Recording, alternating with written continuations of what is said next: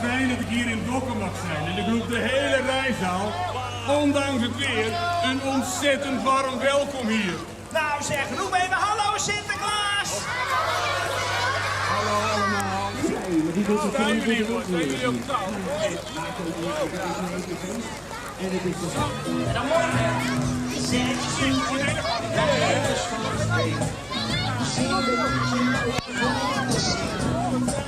een wortel en wat stro voor o zo snel, zodat je ziet je huisje vindt.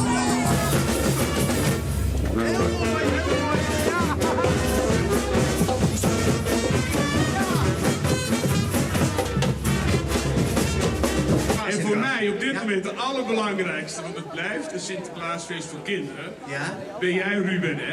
Ja, En wat ben jij? ik ben een kinderburgemeester. Van welke